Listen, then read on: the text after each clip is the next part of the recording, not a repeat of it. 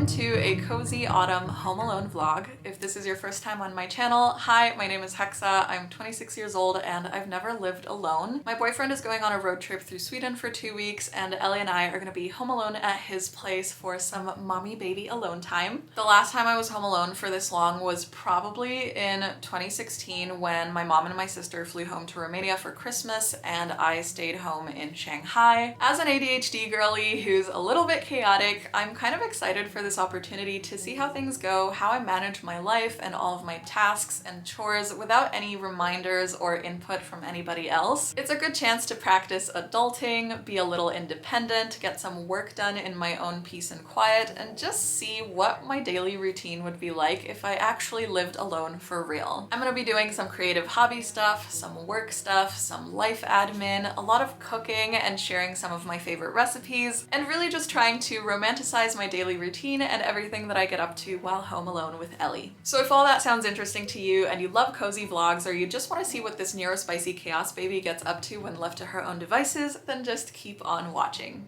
And of course there's going to be a lot of Ellie in the video as well. And who doesn't want that? First order of business, I have to tidy up the kitchen because it's a mess. In here I have a nightstand. My boyfriend built our nightstands at his place and they're really nice, really pretty, but there's no drawers or anything and I have a lot of stuff that I keep on my nightstand and my nightstand is excessively cluttered because there's not enough space. So we ordered this nightstand just so I can have a little bit more space to put my things. I have some canvas boards because it's my boyfriend's birthday in a few weeks and he wanted me to paint him something for his birthday. Some acrylic markers, which I will be using primarily currently to make myself a do not disturb rock. With ADHD, if I'm actually focusing for once, even the slightest distraction can throw my whole flow off. So I want a rock for my desk that I can put red side up or green side up so that nobody talks to me if I'm actually in a state of focus. We have some Emily in Paris Pantene products and then also a jar of Biscoff cream. I'm gonna make some tea eggs. My mom made them last week at home and I hadn't had them in such a long time and they were so yummy and just reminded me of how good they are. In Chinese, they're called cha ye dan and it's one of my favorite snacks. You can get them at pretty much every grocery store or like every convenience store in China. In China, they often also have quail eggs, but those are obviously harder to find in Germany. Someone's calling to check in on us. Oh, grandma. Da. Bine, poi cu ce o să ai grijă de tine acolo. Da, și de Ellie. O să fim ok. Bine, vă pup. Pa, distracție plăcută. Pa, pa. Okay, back to the tea eggs. I got my eggs here. Over here, I have a bowl of autumn leaves soaking in water for a craft project because I don't want them to get all icky and fragile. Some soy sauce, quite a lot of soy sauce, a few cloves, a couple of bay leaves, some star anise, some that's a little much. Some citron pepper. You could also put a cinnamon stick in there, but I don't have cinnamon sticks. I only have powdered cinnamon and I only have this much. And I might want to bake something with cinnamon in it. So I think I'm going to skip the cinnamon for now just in case I need it for something else. And a little bit of ginger. So I'm just going to let these boil. And then once the eggs have kind of gotten hard boiled, I'm gonna crack them with a spoon so that the mix of flavors can get in there a little better. And then you can just store these in a lock box in the fridge for a few days and just eat them as you want. They've kind of already cracked a lot by themselves. Ooh, that's a little icky. Oh, gross, that looks so weird. I also have to make a soup today for dinner. It was supposed to be just for dinner, but maybe no, I'm not gonna have it for lunch. I have an avocado that I need to finish. So I think I'll do something avocado-y for lunch, which should be now because I'm starving and it's almost 2:30, so let's do that. I'm gonna make a guacamole with my avocado and have it on toast with a fried egg.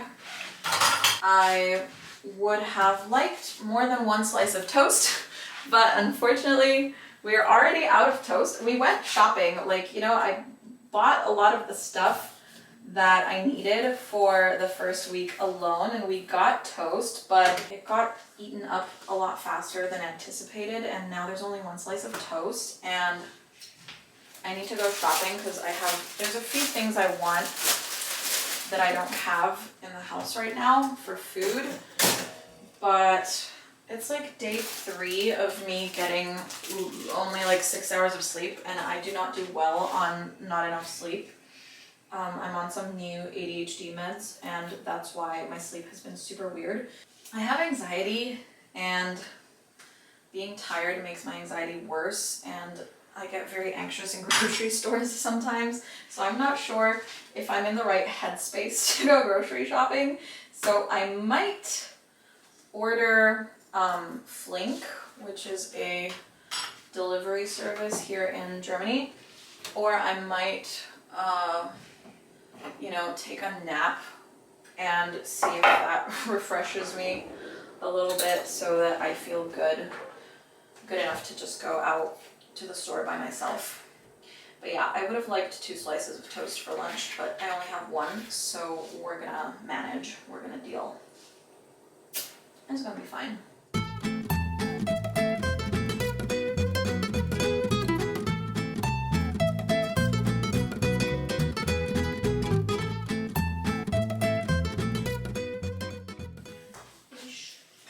Bags, keys. Can Mama get your collar on? Thank you. Let's go waka wakas. Bless you. Let's go.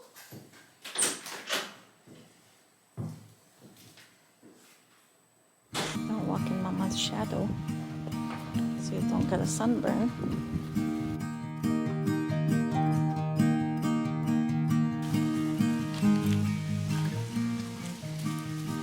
The weather is still really nice today. I think it's gonna be the last warm autumn weekend. It's like 22 degrees, and then next week it's gonna go colder.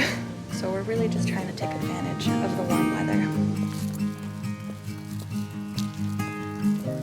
Now I'm gonna start on doing some video editing for this very video, actually, because I think it's gonna be a bit of a longer vlog, but I don't want it to get too long and rambly and boring, so I'm kind of just gonna edit as I film to make sure that it stays entertaining. But I want to make sure I don't get sidetracked into the editing for too long, because I still have to either go shopping or check the Flink app to see if they have everything I need and place an order. And I want to make soup for dinner, and the meat needs to boil for a little longer so that it tastes nice. So I should get started on that soonish because it is almost 4 p.m. I mean, to be fair, I'll probably eat dinner at like 8. I don't know. I just don't want to end up like at the end of the day tired, hungry, and like, oh crap, I need to cook. I spent like 20 minutes deleting stuff I didn't need off of my laptop, and then 20 minutes editing, and then the boredom hit my brain. So we're gonna start on our soup now. I have 500 grams of beef. I'm making a beef and lentil soup. You do not have to put beef in it. You can also make a vegan version, or you can use eggs as your protein. Do like scramble them up and put them in there for little egg wispies. A little bit of oil.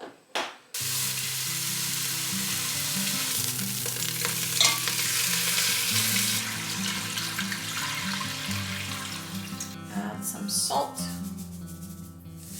Good amount of pepper. A couple bay leaves. Some ginger. And we'll let this come to a boil. Turn it down to low heat. And we'll add the rest of the veggies in a little bit. While my meat was cooking, I took a break to chill on the couch with Ellie and watch Grey's Anatomy while putting together my Flink order. For my soup, after the meat and herbs had boiled for a while, it was time to add the vegetables. I love these convenient soup packs that you can get in Germany, which come with the perfect amount of basic veggies for most soups. You can put your vegetables in whole or chopped into chunky pieces if you're going for more of a clear broth kind of vibe, but I usually like to have this soup with diced veggies, so that's what I did. I added 1 leek, 1 red onion, a few pieces of crushed whole garlic for taste,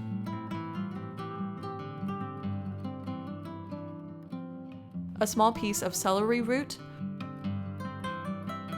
1 red bell pepper, a couple of carrots, and 3 small potatoes. Then I added about 2 handfuls of lentils and let the soup continue simmering. Okay, my soup should be ready now. So I'm just gonna take the meat out and cut it into bite-sized pieces. When the soup was almost done cooking, I added in the curly parsley that came with the soup pack. You want to add that at the end so that it doesn't get too soft and mushy and keeps some of that fresh flavor and bright green color. I also had some flat leaf parsley in the fridge, which I chopped fresh and added to each portion of soup as I ate it over the next few days.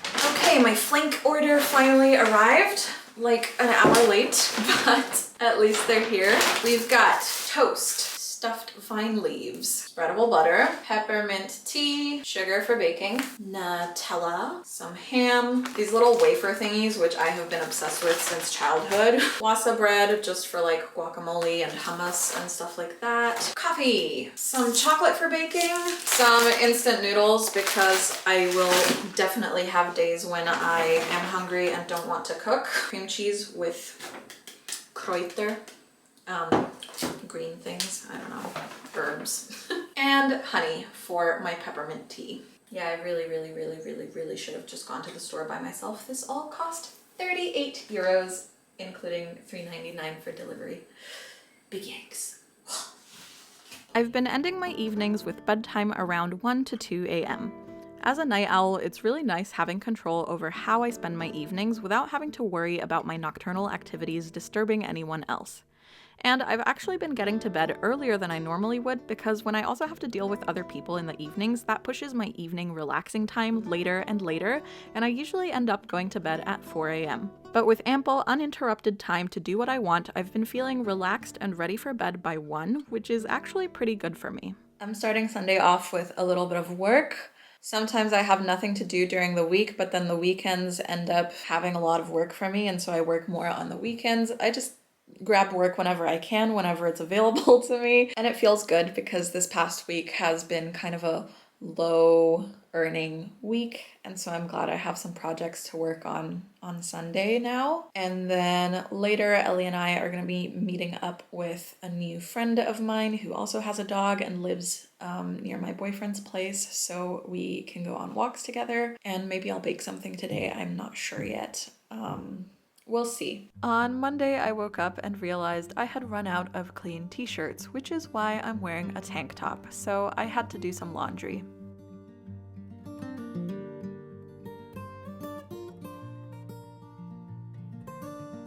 And then on Tuesday morning, I woke up and found myself in a mood to clean and just get the apartment back in order.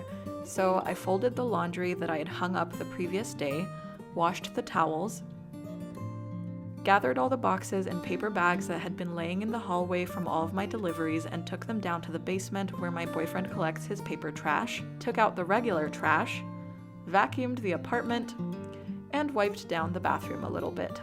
A big difference I noticed between me and other people in my life who are neurotypical or don't have ADHD is that mess and clutter really tends to bother other people, whereas for me, it's a lot easier to ignore. I don't have a problem letting dishes or cardboard boxes pile up for a day or two, and I would rather do one big clean all at once rather than lots of little cleans throughout the day. People with ADHD struggle with transitions between activities, and for me, doing small cleaning tasks like washing my dishes after I eat or tidying up and putting away clothes after I get dressed can interrupt the flow of my day in a way that is a lot more disruptive than it should be. It's hard to explain and it seems really silly, but it really drains my energy to have lots of little cleaning tasks scattered throughout the day. So personally, I prefer to let a little bit of mess pile up for a while and just deal with it all in one go. That evening, I finally got around to swatching the new paints that I got from Liquitex. Ellie just knocked my pumpkin off the couch. Ellie is so far away. Excuse me. She's gonna do it again.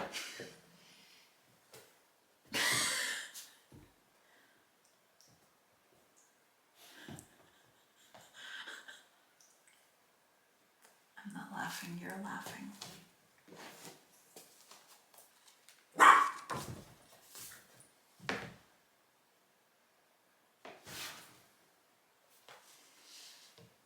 Okay, I'm not gonna pick it up again. It's on the floor now. You're too small, you can't bring it up by yourself. What you gonna do now? No more pumpkin. No more cuddles with the pumpkin, no more playing with the pumpkin. It's on the floor. Mama's not gonna get up and get it again. Mm-mm. I've been wanting to get more acrylic paints because for a long time I've just had a few basic shades that I mix to get all of the colors I need, but it can be difficult to get a consistent shade that way, not to mention it's very time consuming. Ellie, can you please stop snorting in my voiceover? Thank you. That would be really great. Ellie's here for the voiceover. If you guys hear any noises, that's her. Hey, excuse me, don't lick my face. So since my boyfriend wanted a painting for his birthday, it was a good excuse for me to finally get a bigger assortment of acrylic paint shades. Whenever I get new paints, I like to swatch them so I can get a feel for not only the shade, but also the opacity of the colors. So you'll see I drew these little dots on the grid that I made for the swatches, and that's just so I can see how opaque the color is by how well it covers up the dot. This was a really fun, calm, low pressure activity for the evening. I used to paint a lot in high school, but lately the creativity doesn't come as easily as it used to.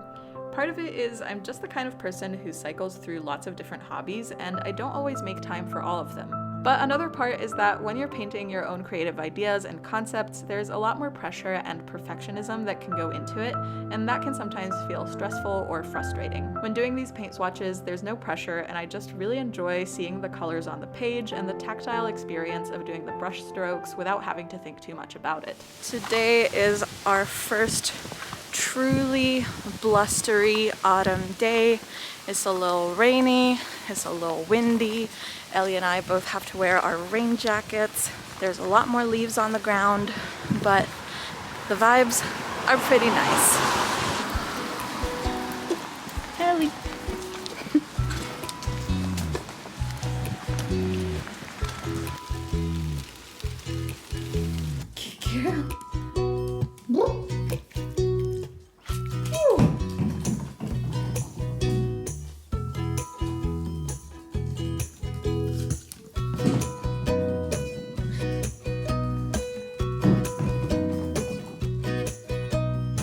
Good girl.